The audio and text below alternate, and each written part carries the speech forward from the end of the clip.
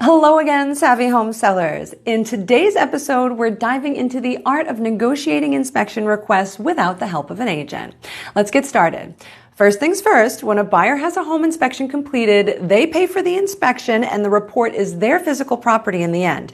They are not obligated to share the report with you if they choose not to, and that's okay.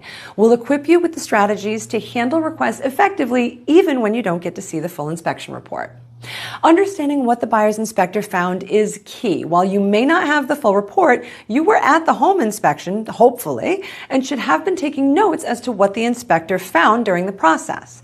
As mentioned in episode 3 of segment 3, during the inspection, fight the urge to be combative and to try to explain away the things that come up. Remember, it's not a personal attack. The inspector is just doing the job they were hired to do, and if the buyer has a strong agent on their side who set realistic expectations, the majority of the minor findings will be overlooked in the end.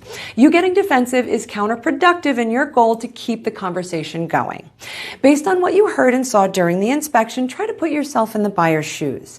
Depending on what was found, the buyer's experience and temperament, and their agent, you may get hit with a laundry list of request items. You can ask for the applicable pages of the report that pertain to the items being requested. In considering the buyer's requests, understand that you have 3 basic options when presented with inspection finding negotiations. 1, refuse all requests and tell the buyer they can take the house as is or release and get their deposit back. Number 2, attempt to negotiate the list of what they're asking for to find mutually agreeable terms. Number 3, agree to all of their requests if you find them reasonable. If your purchase and sales agreement allowed for a full property inspection, you should anticipate receiving some sort of request after they're completed. Understand no house is perfect. Even new construction typically gets a punch list. Knowing what to anticipate gives you a strategic edge. Now, it's important to prioritize.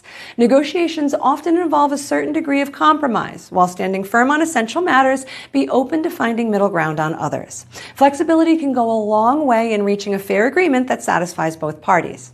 As you'll discover, not all requests are created equal, and we suggest focusing on any significant issues that could affect the sale with a future buyer or our safety concerns in general. Be prepared to consider addressing these with a pragmatic approach, as if they're not handled now, even if you find a new buyer, they're likely to come up as a point of contention again on the next inspection. Understand that in negotiating repair requests, you can consider offering credits instead of making the physical fixes. This can be a favorable option in some cases that provides flexibility and burdens you with less obligation between negotiations and closing day. There you have it. Navigating inspection requests without the help of a realtor. If you found these tips helpful, give us a thumbs up, subscribe for more, and stay tuned for our next episode in segment 9. We're here to empower you through every step of your home selling journey. Happy multitasking and see you for episode 4.